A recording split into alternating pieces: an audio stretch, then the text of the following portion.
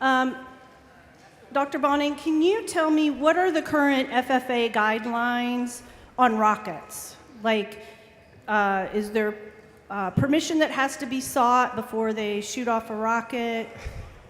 Yeah, that's a very good question. So the Federal Aviation Administration has authority over launches, and they determine, first of all, whether a launch is permissible and then the parameters around that. So, for example, a hazard zone of a certain distance is required per FAA guidelines or requirements. And so they determine the number of launches, whether any individual launch is permissible or is going to be allowed, and then the safety requirements around those launches. Is there a mile range of beach closures? I think several of us from the coast have gotten, several inquiries. Does this shut down the whole entire Texas coastline, or is there a radius? Right. So the only area that would be temporarily closed would be the area deemed to be a hazard zone. And so if you take, for example, Starship, the largest rocket ever constructed with the Super Heavy, the hazard zone has a radius of about 2 miles. And that's because you just don't want anybody getting too close to a rocket of that size that is about to ignite its engines and take off.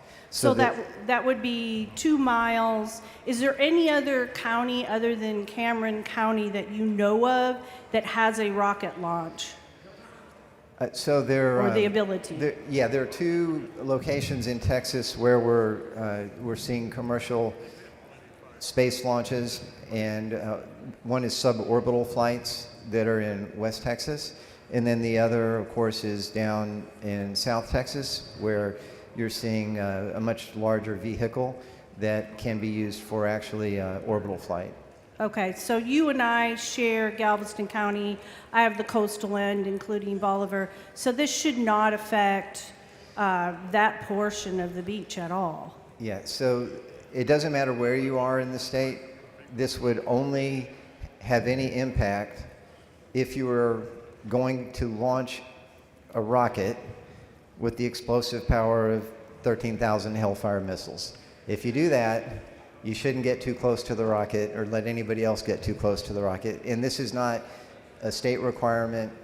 This is FAA saying, hey, there's a hazard zone. We need to secure the hazard zone, and it's our responsibility to do that in order to safely conduct the activity that's been authorized. Okay, and then is there a time frame of which that beach would be closed, like a 2-hour time frame, 2-day time frame? Yeah. What is there any limitation? Yeah, so again, the FAA has authority over that, but and there's a restriction as to the cumulative number of hours in a given year that the area could be closed. But as a practical matter for a given launch, it's typically about 4 hours. It could be a little bit longer, but about 4 hours before the actual launch, and about 1 hour, perhaps a little bit less, after the launch. So you're looking on average about 5 hours that it would be closed. We would want to keep people in that 2-mile radius safe, and that would be the reason why it would be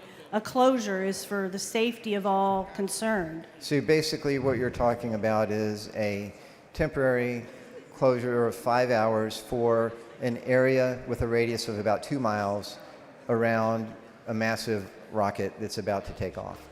Is there a number of times that you're limited to as far as the number of rocket launches you could do at a facility? Yeah, that's up to the FAA, but the FAA currently has given the approval for up to 25 launches per year. There have been, up to this time in South Texas, a total of 9 flight tests.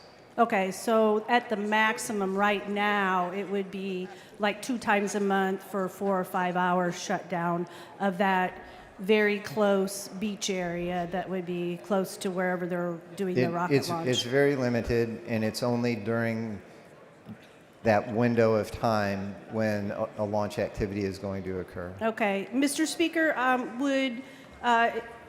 would you please put into the journal the conversation between Dr. Bonnen and myself? Members, you've heard the motion. Is there objection? Chair is none, so ordered. Thank you.